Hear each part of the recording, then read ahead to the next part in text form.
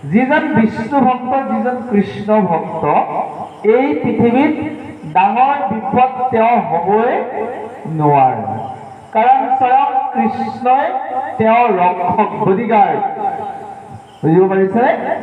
কৈছে যিটো বিষ্ণু ভক্ত হয় তাৰ কৈতো আছে ভয়। যদি আপোনাৰ ক'ৰবাত ক'ৰবাত ভয় আছে, আপুনি পুৰা ভগৱানক সমৰ্পণ কৰিব পৰা নাই, নিজে জানিব লাগিব। কাটন্তে নাহিকে ভিত কৃষ্ণত মজিল চিত্ত। কাটিব ওলাইছে, এই খৰ্গ দাঙি আছে, কি হ'ব? ঘৰতে একো ভবা নাই, এটাই ভাবি আছে কৃষ্ণৰ ৰূপ ধাৰণ কৰি আছে। কাৰণ মৃত্যুৰ সময়ত কৃষ্ণ চিন্তা কৰিলে বৈকুণ্ঠই পাবগৈ, সেইকাৰণে ভয়ো কৰা নাই। কৃষ্ণত মন মজি গৈছে। নাহি দেহে অভিমান উপজিলা আত্মজ্ঞান। যিজন ব্যক্তিৰ আত্মাটোৰ বিষয়ে জ্ঞান হৈ যাব, আমাৰ আত্মাৰ জ্ঞান নাই, আমাৰ দেহৰ জ্ঞানহে আছে, গম পাইছে? এইখিনি কাটিলে, এই ৰ'দত ফুৰিছিলোঁ, কাপোৰ নিপিন্ধাখিনিত কলা ৰং পৰিছে, পিন্ধি থকাখিনিত বগা হৈ আছে, আমাৰ দেহৰ অভিমান আছে। আচলতে দেহটো এনেও পৰিৱৰ্তনশীল, ই এদিন এনেও জহি খহি যাবই। শৰীৰৰ পৰা আত্মাটো ওলাই গ'লে দেহটোতো লগে লগে বেক্টেৰিয়াই পচিব আৰম্ভ কৰে। মৃত মানুহক যে স্পৰ্শ কৰিব নিদিয়ে কিয় জানে? মৃত ব্যক্তিজনৰ শৰীৰটোৰ পৰা শক্তিটো ওলাই যোৱাৰ পিছত, আত্মা ওলাই যোৱাৰ পিছত বিভিন্ন বেক্টেৰিয়াই গোটেই শৰীৰটোত আক্ৰমণ কৰি থাকে। যদি দুৰ্বল ব্যক্তি হয়, সেই তাত থকা বীজাণুবোৰ আহি মানুহজনক কি কৰিব? আক্ৰমণ কৰিব। সেইকাৰণে মৃতকৰ ঘৰৰ পৰা কি কৰে? গা পা ধুৱাই নহয়, তাতে ঢেৰ বস্তু দিব লগা হয়।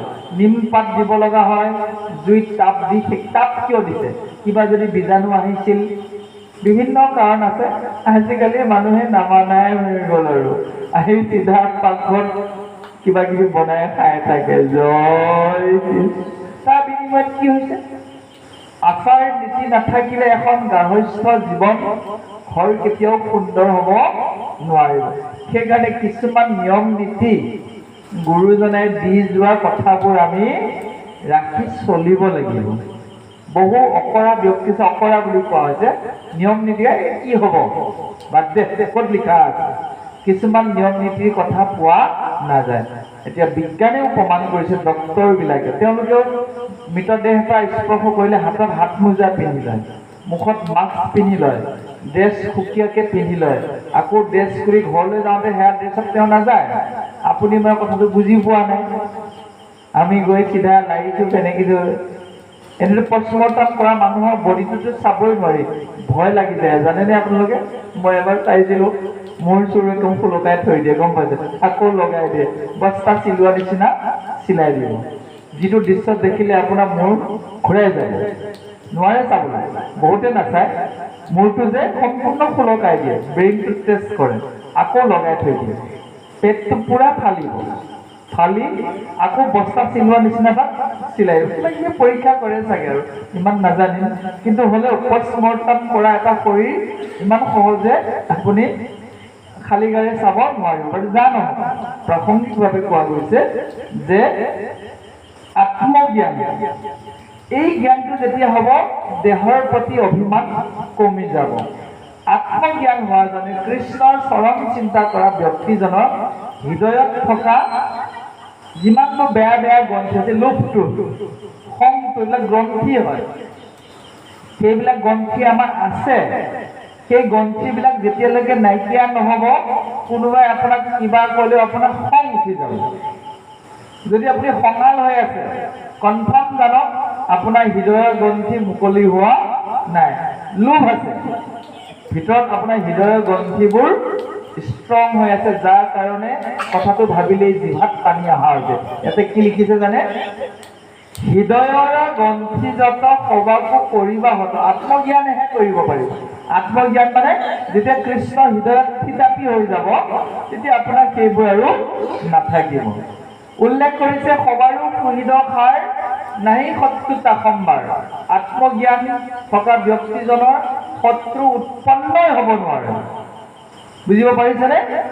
যিজন কৃষ্ণ সম্পূৰ্ণ হৈ গ'ল, সেইজন ব্যক্তিক কোনেও কিবা কাৰণত সৰু বেয়া পাব পাৰে কিন্তু শত্ৰু হ'ব নোৱাৰে লিখিছে এতিয়া চাওক ভদ্ৰকালীৰ আগত বলি দিবলৈ এনে শত্ৰু ভাৱাপন্নভাৱে নিছিল কিন্তু তাক মাৰিব পাৰিলে নে তেওঁক নোৱাৰিলে স্বয়ং কালি আহি ওলটাকে সিহঁতক মাৰিলে তাৰমানে শত্ৰু থাকিবই নোৱাৰে তাক শত্ৰু বুলি কোৱা হৈছে মাধৱত কৰি খাক কাহাক নকৰা তাক হে সভাসদগণ পৰীক্ষিতৰ আগত সুখদেৱে বুজাই দিছে যদি মাধৱক আপুনি সাৰথি কৰি লৈছে সাহ কৰি লৈছে কাৰো ওচৰত ভয় খাব লগা নাই মৃত্যু মানে কি যমৰাজাই দূত পঠাই দিব আমাৰ আত্মাটোক নৰকলৈ সেইটোহে মৃত্যুৰ ভয় সেইটো কথাই আহি নপৰে হৰি নামৰ ধ্বনি শুনিলে যম ধ্বনি শুনা জাগালৈকে যমৰ দূত আহিব নোৱাৰে শাস্ত্ৰত সিদ্ধান্ত দিয়া আছে কীৰ্তনৰ ধ্বনি যি থানত শুনি নচা পিপি তাৰপাক বিষ্ণু দূতচয় তথাতে থাকয় কৰি বেক সৰ্বনাশ বুজাই আছে যমে দূতক হেৰ দূতগণ অজামিলৰ ক্ষেত্ৰত যি ভুল কৰিলা সেইটো ভুল কৰোঁতে তোমালোকৰ হাত ভৰিটো ভাঙিয়ে দিলে বিষ্ণুদূতে যদি কোনোবা ব্যক্তিয়ে ঈশ্বৰৰ নাম লৈ আছে কৰবাত যদি ঈশ্বৰৰ ধ্বনি চলি আছে তাৰ আশে পাশে বিষ্ণুদূত ৰৈ থাকে এতিয়া যে ইয়াতে মহাভাগৱত চলিছে বিষ্ণুদূত ছয় নিৰ্দিষ্ট স্থানত ভ্ৰমণ কৰি আছে কোনো কাৰণতে ইয়াত বিষ্ণুৰ দূতত থকা ঠাইত যমদূত আহিব নোৱাৰে সেইকাৰণে মৃত্যুৰ সময়ত আমাৰ প্ৰত্যেক পৰিয়ালৰ সদস্যৰ কৰ্তব্য ধৰি লৈছোঁ আপোনাৰ ঘৰত কোনোবা এজনে এয়া জীৱ যোৱা সময় হৈছে আপুনি ভয় নাখাব অকলে আছে যদিও ভয় নকৰিব আপোনাৰ কৰ্তব্য মানুহজনৰ কাণত ঈশ্বৰৰ নাম আপুনি সোঁৱৰাই দিয়ক জয় কৃষ্ণ উচ্চাৰণ কৰি থাকক ৰাম কৃষ্ণ উচ্চাৰণ কৰি থাকক যদি আপুনি সেইটো কৰিবলৈ অসুবিধা হৈছে আপুনি প্ৰাৰ্থনা কৰক মহাপুৰুষ মাধৱদেৱে লিখা নামঘোষাৰ যিকোনো প্ৰাৰ্থনা গাওক কোনো কাৰণতে বিষ্ণু যমদূত তাত প্ৰৱেশ কৰিব অন্ততঃ সেই আত্মাটোক আপুনি যমৰ হাতৰ পৰা কি কৰাব পাৰিব ৰক্ষা দিয়াব পাৰিব সেইটো পৰম্পৰা এইটো শাস্ত্ৰত লিখাই আছে মৃত্যুৰ সময়ত যিজন ব্যক্তি আপোনাক নাম সোঁৱৰাই দিব সেইজনে আপোনাৰ বাবে আটাইতকৈ সুহিত বান্ধৱ আৰু জানো এইদৰে মাধৱে ভকতক ৰক্ষা কৰি থাকে আমি গম পালোঁ মাধৱৰ কৃপাতে ভদ্ৰকালীয়ে সেই মূৰ্তিৰ পৰা ওলাই ৰক্ষা কৰিছিল আৰু আমাকো সেইদৰে ৰক্ষা কৰি যাব বুলি এয়া পৰামৰ্শ দি সামনুষ্য জীৱন অথিৰ কেতিখনে পৰিব ক'ব নোৱাৰি যিসকলে ভকত বৈষ্ণৱ মহন্তক কষ্ট দিব যাব তেওঁলোকৰ নিজৰে নষ্ট হ'ব সামান্যক হিংসা কৰি নৰকক যায় মৰি হিংসা কাৰ্যটো আচলতে প্ৰয়োজনীয় হেন জানি নৰলোক পৰ হিংসা এৰিও হিংসা কাৰ্য আমি খাদ্যৰ জৰিয়তে হিংসা কাৰ্য কৰি আছোঁ সেই কথাটো আমি জানা কিন্তু খুব দৰকাৰ মহন্তৰ সংগ ধৰি শ্ৰৱণ কীৰ্তন কৰি দুৰ্ঘোৰ কলিত আৰ নাহি কিছু খাৰত কলিযুগৰ শ্ৰেষ্ঠ ধৰ্ম ভকত বৈষ্ণৱ মহন্তৰ সংগত শ্ৰৱণ কীৰ্তন কৰি সেই সময়খিনিত যদি আপুনি কৃষ্ণৰ কথা ভালদৰে হৃদয়ংগম কৰি ল'ব পাৰে অকলে থকা সময়খিনিতো আপুনি উপকৃত হ'ব এইদৰে কৃষ্ণৰ কিংকৰে ভনে হৰি হৰি বোলা ঘনে বুলি সামৰিছে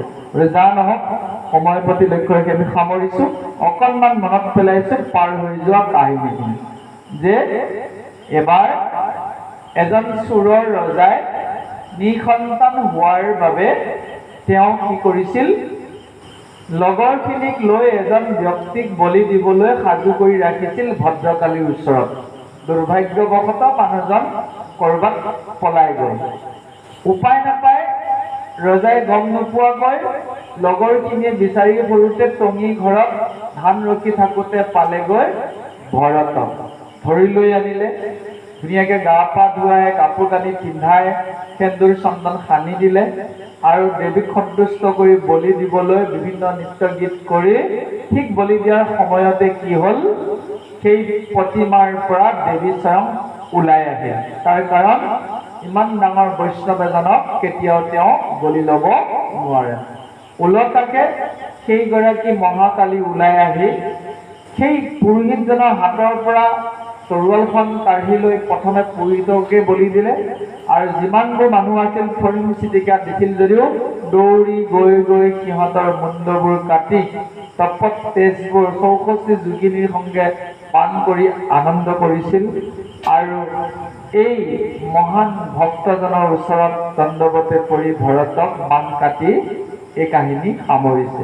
এই কথাখিনিৰ পৰা পৰীক্ষিত ৰজাক বুজাই দিছিল যে হে মহাৰাজ, বিষ্ণু ভকতক সদায় বিষ্ণুৱে ৰক্ষা কৰি আছে, কতো ভয় কৰিব লগা নাই। সেইখিনি সময়ত ভৰতে হৃদয়ত এনেকুৱাকে চিন্তা কৰি আছিল যে কাটিবলৈ ওলাওঁতেও তেওঁৰ অন্তৰ কঁপি উঠা নাছিল, আত্মজ্ঞান হৈছিল। সেইকাৰণে আমি আত্মজ্ঞানী হ'বলৈ চেষ্টা কৰা দৰকাৰ, আৰু হৃদয়ত কৃষ্ণৰ চৰণ যুগল চিন্তাই আত্মজ্ঞানৰ মূল লক্ষ্য। ইমানতে আমাৰ সামৰণি পৰিছে। আমি সকলোৱে উপনিষদৰ প্ৰাৰ্থনাৰে আজি প্ৰবচন সামৰিছোঁ।